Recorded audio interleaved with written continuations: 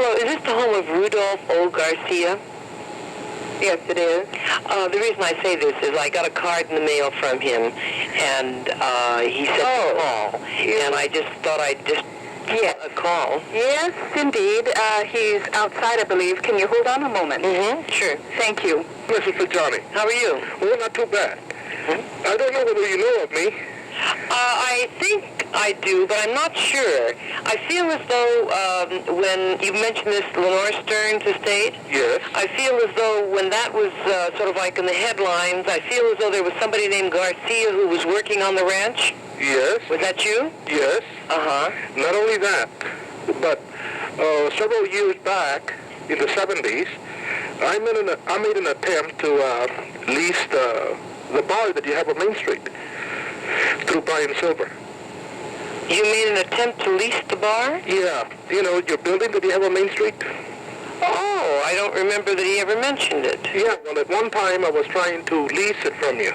And that was back in 71 or 2. Did he present some kind of proposal or something? I don't know whether he did, but well, at that time he was my attorney, and he felt that it was probably too much for me because it was in regards to mom and pop's place that I wanted to start. Mm-hmm. You know. Right. And he didn't feel that there would be some kind of deal between the owners of the place, because I think he had his eye on the building himself at the time. Oh, uh-huh. Well, anyhow, my thing is probably that's what I thought maybe you might have remembered me from. No, I didn't. Or maybe he negotiated with somebody else. Well, I don't know what he did, but anyway, you were saying something else? Yes. I live on Monroe Street, and I'm next door to the hide factory. To the hide factory? Yes. Oh. And there is a conflict of interest between a lot of people that's worked for me in regards to the Stearns estate, in regards to the court that was going on, the probate and all of that stuff. All of that is over. Oh, okay. So now I have found out that not only this time, but this person, the owner of the hide factory, wants to get my property. Oh. And in order for him to get it, which I refuse to sell, he is using, I believe, city codes like old cars and things of that nature, putting pressures on me. I'm a disabled person. Oh, disabled? Yes, I'm disabled. And I feel that they're putting pressures on me, to clean everything up, which I am doing, for me to probably sell out, Oh, I see. You know what I mean? Yes, sure. And I think this is what they have told me, that he wants to save the old glove factory building. Yes. And in order for him to save it, he has to have a piece of property to put parking for the hide factory. Okay. And he needs my property for that. Well, he needs it, but you want to keep it. I want to keep it. Oh, well, it's yours. You keep it. So he's trying everything under the sun to get me evicted in some kind of way. Really? And it has already started. I've talked to Harry Martin about it, and he says, yeah, ain't that something? Of all the people that have been complaining about people working on their cars and whatever, or working on their house on their own, taking their time about it, of all the people, you're the first one that gets picked. When this new code officer comes in. Maybe he's going to run you in his paper. I don't know. Because there's a lot of other things going on right now that I can't discuss with you in regards to the suicides and the homicide that's going on with the Stearns estate. Oh, is that right? Oh, yes. Oh, and you're talking to Harry Martin about this, is what you're saying? Well, there's a few other officials that are talking to me about it. Oh. There's loose ends that a lot of people lied through the probate that are available now for the authorities to ask them questions where they couldn't before. Oh, is that right? Yes. Oh. And there's a big conflict of interest here with me. A conflict of interest? Well, Dickerson, Beekman, and Fogarty were the attorneys for Leonore Stearns at the time that the problems occurred with Mrs. Stearns and I back in '79. Oh. I see. what did they do? I mean, what was the problem? I don't remember that coming out. Well, no, I know. You mean it was for Lenore Stern's estate? When did she pass away? I have to admit I've forgotten. Well, I'm going to say that she was murdered in '83. Oh, she died in '83. Okay. Yes. Okay. And there's a lot of things that are questionable now, that happened through the grand jury investigation, where I couldn't come out with information. Why would that be? Well, the attorney that I had that was representing me suggested that either I claim, I get involved with homicide to help the authorities, or drop the inheritance, what was left to me, or go into the homicide thing. Oh, I see. You had to drop it or go into the home. You had to either make up your choice whether you follow the homicide or do the other thing. Right. Oh. Right. Well, that was quite a choice. Did you make a choice? Well, I hesitated all the way through. Oh. All the way through. Mm-hmm. And in '87, the summary judgment was presented by my attorney, which was a very bad one, to Judge Walker, in which we were overruled. And I was completely out of the Stearns estate.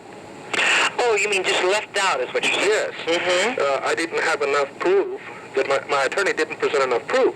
All right. So what happened is that I had a right to appeal. Okay. In which I did appeal. Okay, you appealed it. Yeah, but my attorney quit. Your attorney quit? Yes, because he says that nobody would ever represent me. Oh, I see. Well, how could you appeal without an attorney? Is that possible? Well, he said he owed me a favor and that he would appeal for me. Oh, he put the appeal in. Yeah, just so I would get some kind of settlement.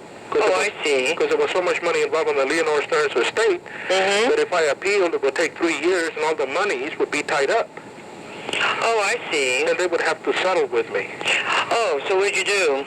Well, I found me a lady attorney in Santa Rosa that took me up on the appeal. Oh, I see. And it threw a monkey wrench in the gears for everybody else concerned in the Leonore Stearns estate. Oh, I see. So you still have something you're doing? Yeah, well, no, I signed my rights 3 weeks ago. You signed away your rights 3 weeks ago? Yes, I settled. Oh. There was an offer given to me, and I settled it. Oh, I see. Okay. So after that was done, I'm getting what you call pressures from a lot of people that lied through the probate for monies. For money? Yes. Why would they be giving you... Well, now that the whole thing is over, they would like to see me move out completely out of the city and county, because I'm the only one that's holding the truth. Say that again. You say you're getting pressures from people who were witnesses who lied? Yes. I have relatives that were bought by other people that were involved with the Leonore Stearns estate. You have relatives, you say? Yes, that turned against me and know that I know of the truth and that they know of the truth that they lied. So now what they are doing is they want to make sure that the case is completely closed, no investigation done, you just quit everything, the truth not to come out as far as homicide is concerned. Oh, I see. Okay. And I have got depositions that I have paid for myself. I've got a lot of suspended documents. I see. In the past. You've given these all to Harry Martin? No, I have them home. Oh. You see, I have a lot of trouble trusting people. Oh, I see. Because quite a few people have turned on me. Oh. And I mean, they've turned on me for the reason is that they've seen the proof. And they somewhat have given information as to what I have. Oh. I think maybe it would be more wiser, if you could find yourself one day to have time to come over here and I'll show you and explain to you what I do have. With what idea in mind? I didn't quite understand from your card just what you were saying. It said something here about some advice from someone who knows the city officials. Right. Now, this is what I'm talking about. I'm talking about the people that have control of properties. I'm talking about people that use influence of people that they have worked with or have been involved with, as far as the planning commission, the mayor, things of that nature. Oh, I see. Uh-huh. You know, there's a lot of people that have donated money and things of that nature for campaigns so they can get a favor, you know, later. Uh-huh. And I feel that maybe somewhere along the line, somebody owes somebody a favor and they're coming after me. Oh. When there's so many houses around here and so many things that are going on that I'm not doing as bad as they are, the other people are, and here they're coming on me. Mm-hmm. Well, I suppose the whole thing is it's like when they're speeding down the road, they got to pick somebody. Yeah. And you don't feel like they're picking you at random. You feel like maybe they're picking you for some other... Yes, I believe so. Oh. I believe so. Uh-huh. Have you told Harry all of this? Well, we're talking about something else where I have a few other things that are going on that we're working on that I can't talk too much about this other in regards to the property. Oh, I see. Uh-huh.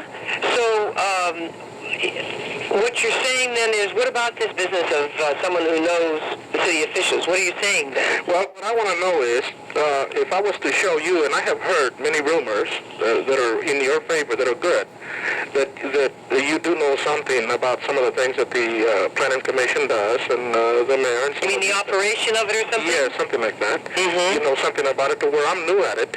See, I've been used to paying taxes and just living a normal life. You know, I haven't been involved with politics. I've supported a few of the political people, you know, not only financially, but with votes and whatever you want to call it. I feel that if I was to show you and explain as to what I see that's going on next door and what they're doing with me, you know, I feel that maybe you can get a picture as to the kind of squeeze they're putting on me. Oh, I see what you're saying. In other words, you'd like to have somebody else take a look at it to see whether or not somehow or whether you're being treated unfairly is what you're saying. Right. There you go. Uh-huh.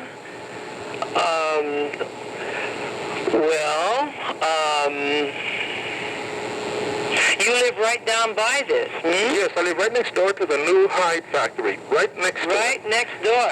Yes. Well, I remember when they put it through a long time. I feel like it's been a year or so. Yeah, about a year and a half or two ago. Yeah, and they did have something to say about saving the building or something like that. The thing is, Mrs. Fagiani, is that isn't the way that our neighbor next door to me and myself got it, and the person across the street. We understood that if we didn't protest the building of the hide factory when the public notice came to us, that we understood that the old building was going to come down. Oh, really? Oh, yes, definitely. Oh. We didn't know that this building, it was told to us that the old building was going to come down. I don't think that's the way it went, did it? That's the way that we understood it here on the streets. Now, even the late Joe Greco himself told me that building was condemned by the fire marshal all through the 70s, and he had trouble holding on to that building to keep it on business, because it had been condemned quite a few times. Oh. Well, maybe they were going to fix it up? I don't know how anybody can fix it, for Christ's sake. The way that the hide factory was built, that building is going to come out because the services of the truck to unload. Yeah, I remember there was a little problem there. They can't unload unless they take that building off.